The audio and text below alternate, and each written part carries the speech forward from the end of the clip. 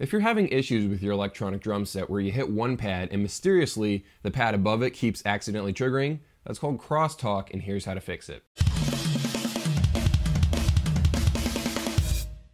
What's up? Justin here, welcome to 65 Drums. This is the place to keep on top of all things electronic drum related, so thanks for stopping by. Today I'm talking about how to fix CrossTalk, or Xtalk, whatever each brand likes to call it. Basically, this is what happens when you're using a drum rack with your electronic drum set. So when you hit your floor tom and mysteriously the crash cymbal right above it starts ringing out, that's because vibrations are going from the floor tom up through that cymbal arm and it's shaking that cymbal a little bit. These electronic components have to be really sensitive so that they can respond to like ghost notes and all that stuff. And if you don't do the right settings, you can have all kinds of weird stuff happening with the triggering of your drum set. So here's how to fix that. The first step is to adjust the threshold.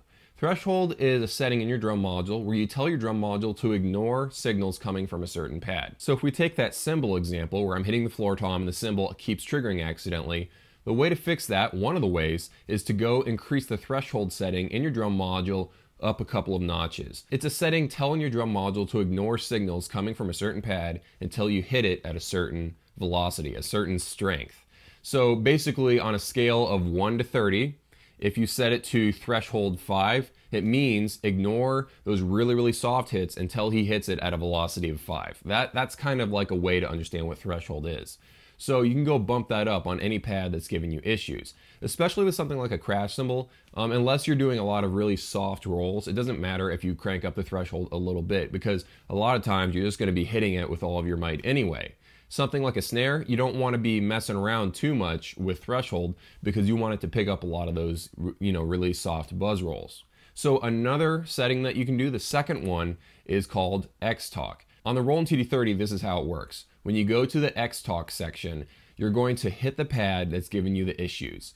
And there's going to be a grid where it's showing all the other pads. When you hit one pad, you'll also see trigger impulses from other pads that are on the same section of that drum rack, and they'll spike a little bit. What you'll want to do is go increase the Xtalk value for any of the other pads that are spiking a little bit so that they don't accidentally trigger. Now, if you're going on the Cat Percussion KT4 drum module, there's no grid or anything. Basically, what you do is you go to the drum that's accidentally triggering when you don't want it to, and you just basically increase the Xtalk just a notch at a time. Remember, whenever you're doing settings for trigger stuff inside of your electronic drum module, you don't want to go overboard because if you go crazy with all these settings, you'll ruin the dynamic range and everything of your electronic drum set. Just increase the settings just enough so that the problem goes away, and then just keep that like threshold setting, don't go any higher. Keep that Xtalk setting right there, don't go any higher. That way you're getting the best trigger results and the most natural playing experience. If you have a question about how to